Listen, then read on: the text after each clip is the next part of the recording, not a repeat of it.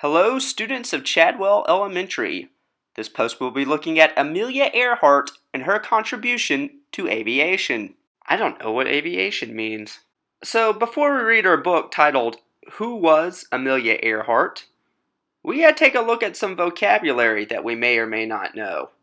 Then, we gotta learn some background information about this important woman. Without further ado, it is vocabulary time. Take out your learning journals and your pencils before Mr. Renfro yells at you. Our first word is aviation. Ask yourself, what makes that chun sound at the end of the word? Turn to your partner and say it now. Very good. If you said T-I-O-N, then you are correct. That makes the shun sound. When we take a look at these pictures, we see that these are all part of aviation. Turn to your partner and come up with something that you see that's the same and some things that are different. Then go ahead and make a guess. What do you think that word aviation means when you look at this picture? Great job. So we noticed that all of these things can fly, and that's pretty much what aviation means. It's how you build something to fly or how you can fly something yourself. Which one of these do you think you would want to fly?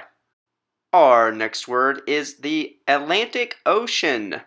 You can sound this out phonetically. Let's give it a try right now. At. Lan. T.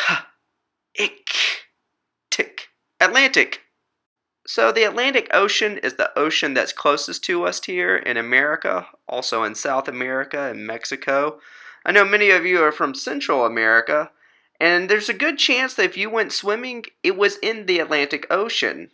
The way I like to remember the Atlantic Ocean is I think of that city called Atlanta. I know a lot of you have been there before, and that's just a good way to remember that it's close to the Atlantic Ocean. What I want us to do is let's make a list. So think about some problems you would have if you were going to take a trip. Let's say you're here in America, but that's where the green arrow is, and you want to go to Europe where the pink arrow is, or maybe you want to go to Africa where the blue arrow is. You could go by boat. Turn to your partner and come up with a list of problems you would have if you took a boat from America to either Europe or Africa. Well, that was a long list of problems you guys gave. I would definitely not want to use a boat. I would, however, want to use aviation. This brings us to the story of Amelia Earhart. This is Amelia when she was a little girl. They say that she was really adventurous and liked to have a lot of fun. There's one story where she built her own small roller coaster. She did this by making a ramp and then sliding down it in a box.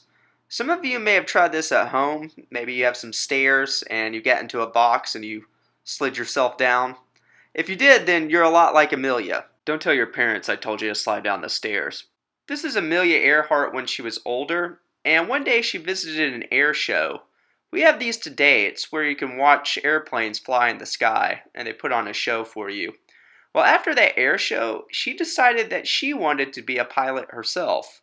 There was a little bit of a problem though. Back then, a long time ago, only men flew airplanes. I know, it doesn't sound very fair, but flying planes was just a boys' club.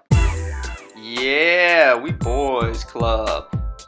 Only men are allowed to fly these airplanes. Ain't no woman gonna show us how to turn a flip. Unless of course we crash. Come to think about it, maybe we do need a lady to come and help us. So in 1928, Amelia Earhart got invited to take a very special flight where she flew across the Atlantic Ocean. And she was the very first woman to do this. But unfortunately, she wasn't flying the plane. She had to ride in the back. And even though she became very famous, she still really wished that she could fly the airplane herself. So Amelia met this man named George Putnam. And they got married. Because they were in love. But what George was able to do was he was able to help Amelia. He would schedule her to go and speak in public places. And lots of people would come and give her money.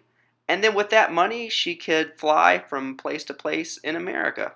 One day, after she had made a lot of different flights and had learned to be a good pilot and saved up her money, she was able to fly across the Atlantic Ocean all by herself.